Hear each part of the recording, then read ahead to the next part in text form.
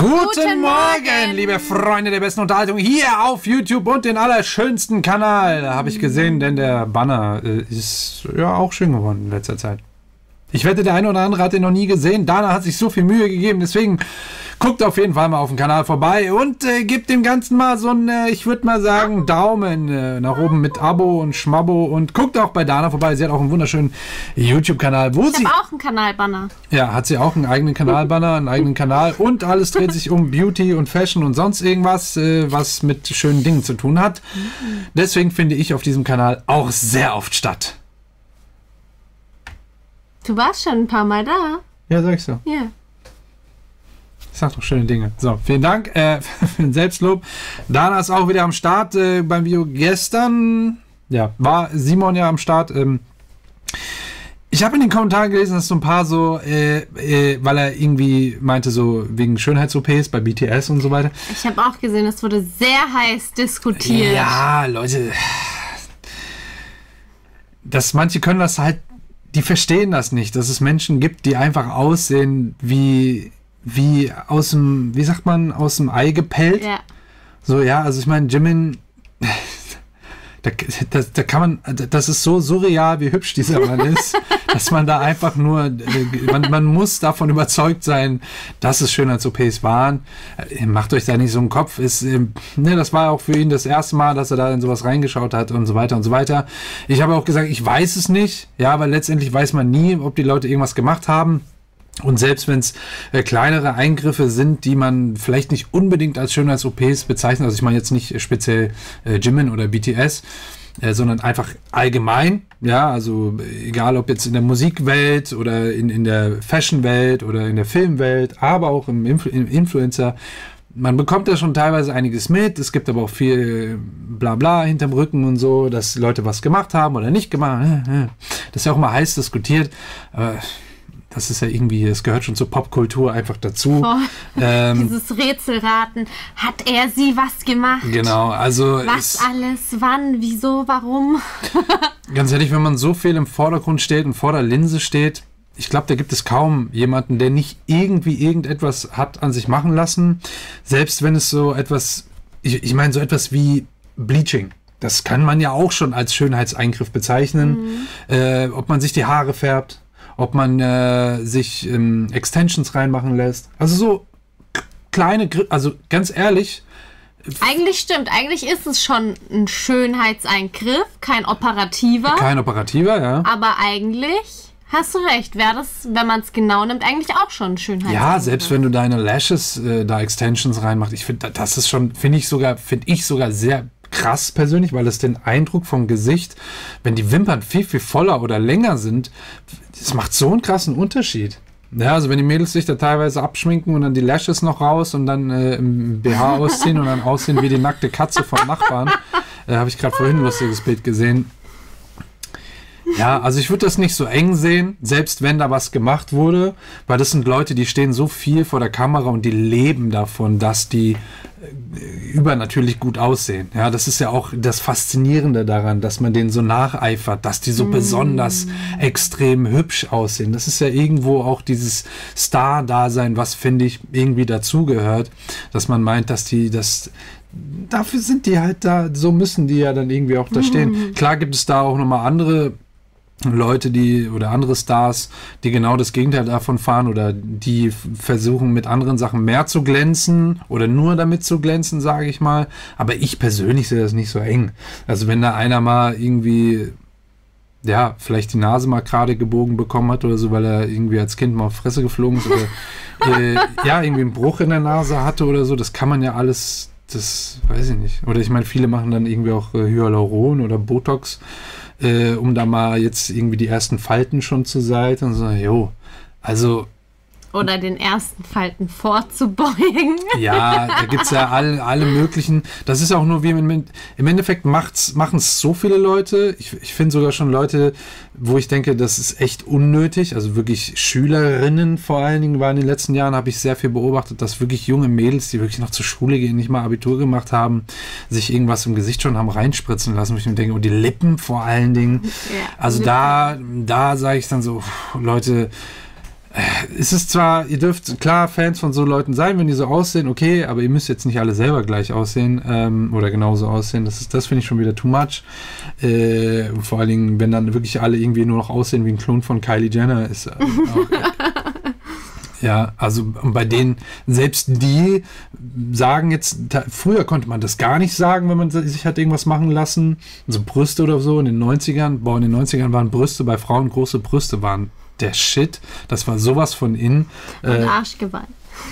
Ja, aber halt wirklich jetzt Schönheits-OP, große Brüste. Ja. Und da wurde auch immer, ja, nee, ich habe nichts machen lassen. Und das ist damals, gerade die Hollywood-Stars, das war totales Tabu. Pamela Anderson war so Vorreiter in den 90ern mit großen Brüsten.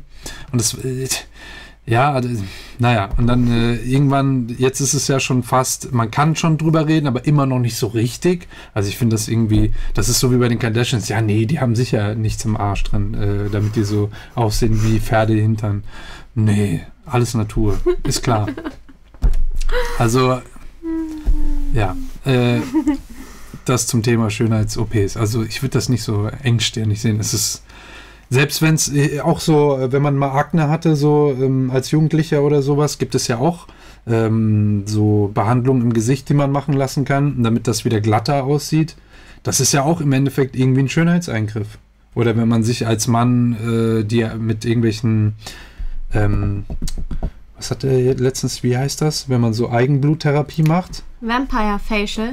Ja, um die Haare wieder voller zu machen oder sowas. Oder irgendwelche Mittelchen nimmt oder so. Ja, da gibt es ja auch, ob man Medikamente, spezielle Wässerchen, ob man extra, das ist ja schon, das fängt schon an, ob du jetzt eine Nachtcreme nimmst, die irgendwie so einen Refiller-Effekt oder sowas, oder was, Anti-Aging oder sonst irgendwas, fängt das ja schon an.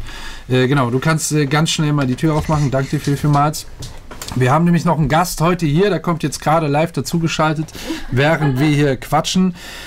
Genau, der Ron ist das, der wollte sich einfach mal dazusetzen und zuschauen, wie wir das Ganze hier machen. Der wird sich jetzt wahrscheinlich gleich hinten still auf die Couch setzen und ich kann aber schon mal verraten, was wir heute behandeln, und zwar GOT7 mit Lullaby. Das haben sich wohl auch sehr, sehr viele gewünscht, gerade wieder aktuell. Und ich würde sagen, wir fangen direkt mal an. Ron, ja, Ron, herzlich willkommen. Ich habe dich schon introduced. Du kannst nur mal kurz Hallo in die Kamera sagen. Wir machen jetzt ein K-Pop-Video, GOT7 mit Lullaby. Hi, schnapp dir was zu trinken. Und Bier, ne? Genau, und setz dich auf die Couch. Und wir fangen schon mal an. So, los geht's. Rutsche. Hey! Muff. Ja. Oh, schön harmonisch hier. What?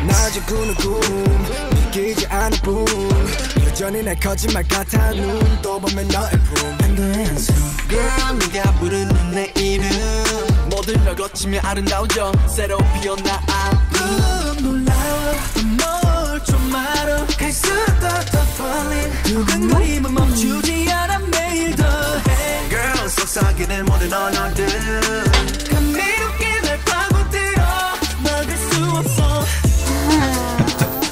내게 생각 없어 계속해서 날 찾고 있는 건 나야 한시도 떨어질 수 없어 곁에 두고 싶어. Okay, bevor wir in die Hook reinspringen, das war jetzt, was ich sagen wollte von Anfang an, das ist einfach wieder so dieses erfrischende, gestern war Danilo da, ne? Ja, gestern war Danilo da. Ja. Ich habe ihm einfach mal ein bisschen K-Pop gezeigt, also ein Kumpel von mir, kennt vielleicht der eine oder andere auch von How to Sell Drugs Online, der im Rollstuhl sitzt. Ich habe Ich hoffe, ihr habt das alle gesehen. Ja, guckt das auf jeden Fall auf Netflix. Sehr, sehr geile Serie, in Deutschland produziert sogar. Der war gestern hier und ich habe ihm ein bisschen K-Pop mal zeigen wollen und gezeigt und der fand auch, das ist mir auch mal so bewusst geworden, dass die echt super viel eigentlich in die Produktion wieder reinhauen. Und weil ich das die letzten Monate echt so regelmäßig ja jeden Tag höre. Ist schon normal geworden. Ist schon normal geworden, aber es ist mir dann wieder bewusst geworden. Was die vor allen Dingen aber machen im K-Pop ist eben mit Stimmen so extrem viel machen. Ich finde das persönlich aber sehr, sehr geil, weil ich ja auch vom Gesang her selber komme und das sowieso voll auf dem Herzen liegt, dass sie wirklich mit Stimmen dann immer so viele Harmonien und so Geschichten immer reinbauen. Ja. Und je nachdem, welche Gruppe man hat, auch wirklich so sehr viel mit Stimmen als Instrument arbeiten. Genau. Und dann auch teilweise nur so wirklich selektiv auf ein Wort teilweise dann irgendwie mit Harmonien arbeiten auf der Stimme, wo du 4 oder 5 Stimmen drauf hast. Das finde ich mega stark. Jetzt hatten wir hier kurz in diesem Pre-Chorus-Part wie so ein UK Garage-Style-Genre hier kurz mal abgegriffen. Das war auch sehr interessant. Aber können wir mal drüber reden, dass der Song Lullaby heißt? Ja. Ich habe irgendwie was Ruhiges, Entspanntes erwartet und jetzt sind die hier schon wieder voll am Abgehen. Ich habe schon Angst vor der Hook, was da jetzt auf uns naja, mal sehen. Ich wollte gerade sagen, vielleicht wird die ja jetzt entspannt. Mal sehen. Nee, ich glaube nicht.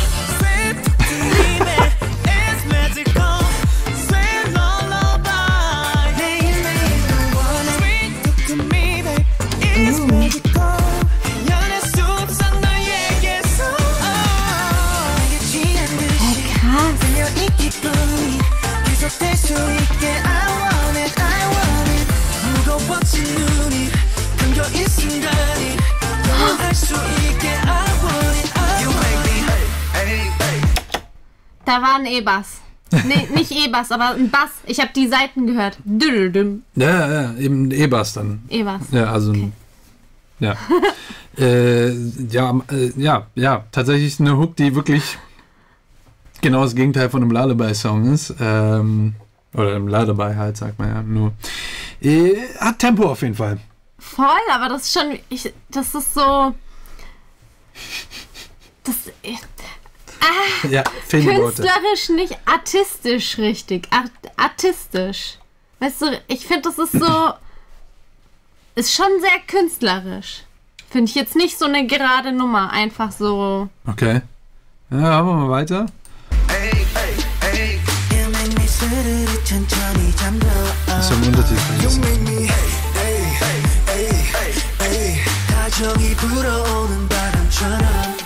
머리 쓰다대는 손길 조금 날이 선 앞에 나른한 네 분위기 완벽해 두근거림은 멈추지 않아 매일 더해 네가 그리 손에 어두워도 SKA 어둠도 밝게 느껴지는 이유 그건 it's you.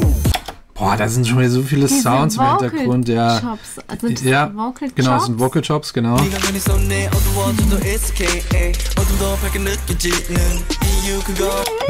Ja, genau.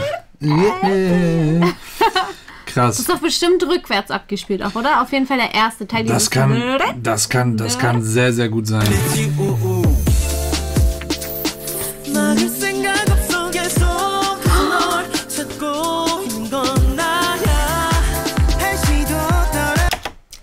Das erinnert mich vom Stil her so ein bisschen an Jamiroquai.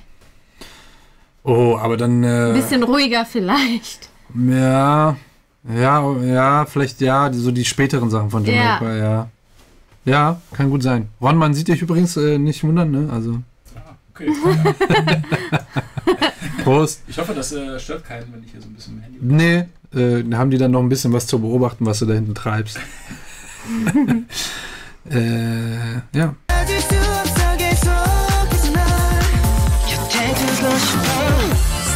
Wow.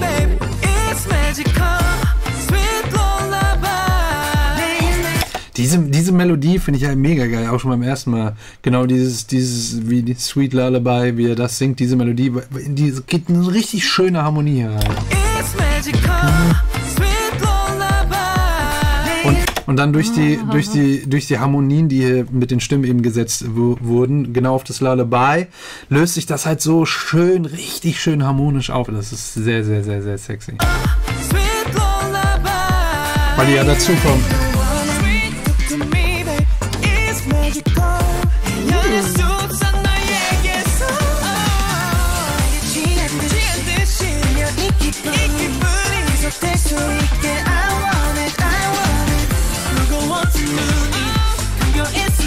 So viele Visual Effects.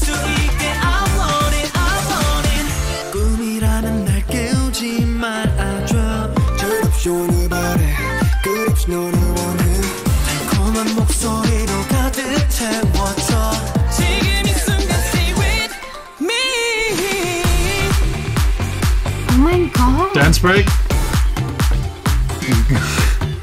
Geil. Mega geil.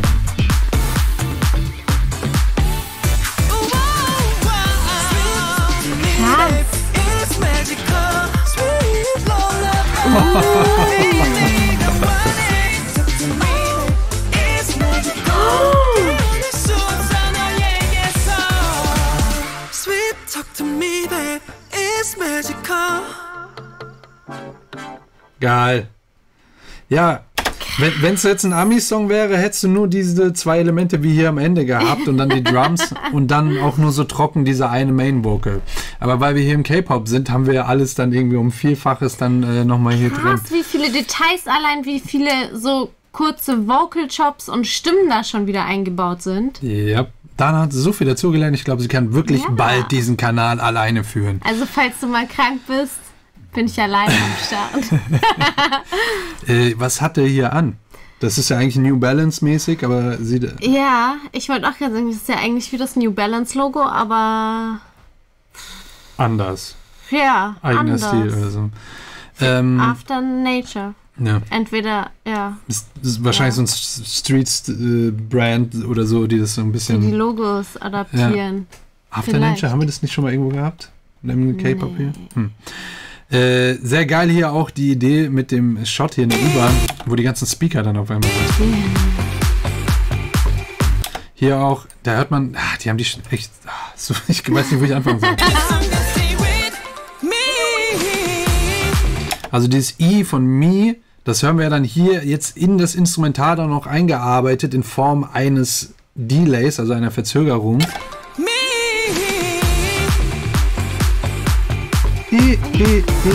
Ach stimmt, mit so Hall oder so drauf, ne? Ja, noch Hall auch drauf, mit Reverb, genau, und dann aber halt im Takt. Ja, also ganz echt bald ein Kanal. Ja, seht ihr, wenn ihr alle meine Videos geguckt habt, zumindest Dana war jetzt eigentlich nur bei den K-Pop-Videos dabei und hat schon so viel gelernt. Also, ne, ihr merkt, da ist schon auf jeden Fall eine Lernkurve ganz steil nach oben. Privat unterhalten wir uns nie über sowas. Also das wirklich quasi hier jetzt alles. Nein, weil wir das ja wirklich immer nur hier gezielt so machen und anhören. Ja, selten sage ich dann schon mal, wenn wir gerade frischen Song hören, der irgendwo läuft, dann sage ich dann schon so, boah, achte mal auf das, achte mal auf das. Ja, genau, also die Stimme hier richtig geil reingearbeitet, aber dann eben noch mit so einem Filter, dass dann zum Beispiel die Höhen dann weggehen. Und ich glaube sogar dann, müsst ihr gerade nochmal hören, da einiges noch mehr passiert. Also wirklich nur auf dieses Me. Also krank.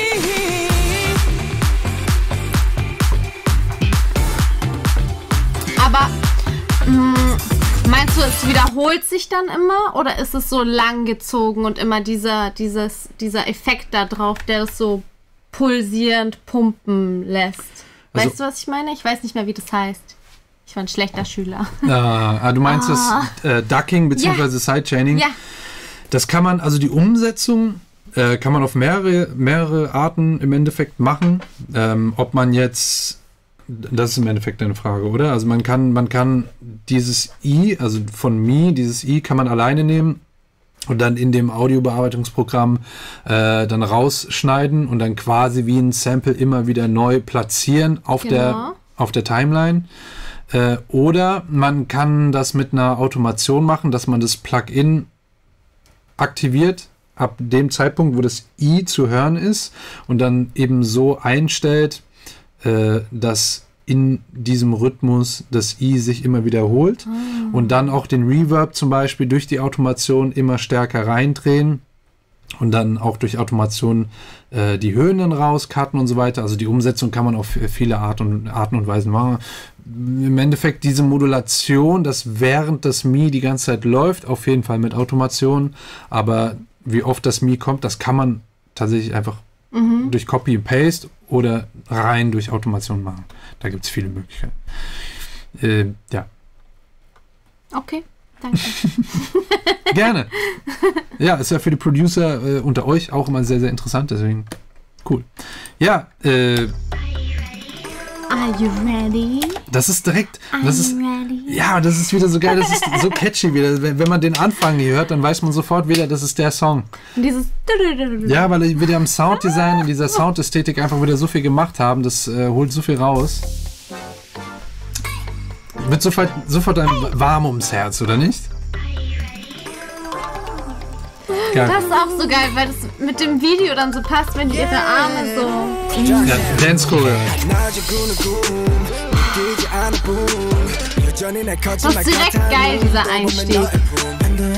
Ja, weil es sofort alles super harmonisch angelegt ist, musikalisch und dann aber auch wirklich diese Soundästhetik sofort einen abholt. Schön. Richtig schönes Ding. Mega gut. Auch, was sagst du hier, fashionmäßig? So cute mit diesen Hemden. Das ist voll süß. Eigentlich schon so richtig Schluppenblusen mit diesen Volants. Ich kann dieses Wort einfach nicht richtig aussprechen. Volants an den Ärmeln. Und dieses Schluppen ist so cute. Guck mal mit den Rüschen hier. Ach so. Oh. Aber die haben auch immer wieder was um den Hals auch, ne? Ja, ja.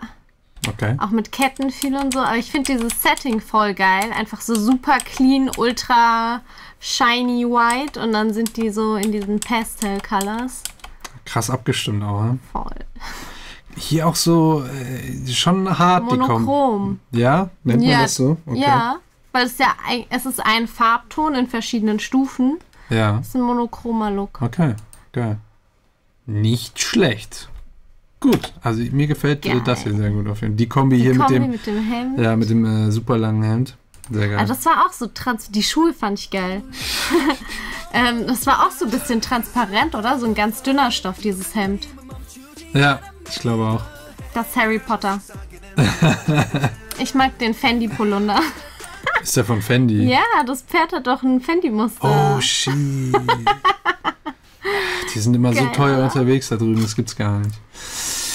Ja, gut, können wir uns einiges abgucken. Wieder einmal. Viel zu viel. Viel zu viel, na gut, super. Schöne Nummer auf jeden Fall, würde ich sagen. Sonst war's das, oder? Ja, also ich habe was ganz anderes erwartet. Ich auch. Ich bin positiv überrascht mal wieder. Aber man hat jetzt anhand des Textes dann aber auch verstanden, Ja. warum es leider Ja. dabei ist. Von daher sehr cool. Also Leute, ich hoffe, ihr habt was gelernt. Falls ja, lasst gerne ein Abo da und nicht vergessen, Glöckchen an für den Ehrenmann. That's me, Rahim. Und schaut auch gerne bei Dana vorbei, denn, wie gesagt, sie hat auch einen YouTube-Kanal. Verpasst Anna. ihn nicht. Kommt da Sonntag ein Video, ein schönes von dir, vom Lollapalooza Festival vielleicht. Ja, ich hoffe doch. Ja. Sie ist dran, wenn ich sie nicht bin dran. zu sehr beschäftige. Ich muss dann. ein bisschen Audiospuren verschieben und so, weil ich bin jetzt ja auch ein Pro und deswegen kann ich sowas jetzt.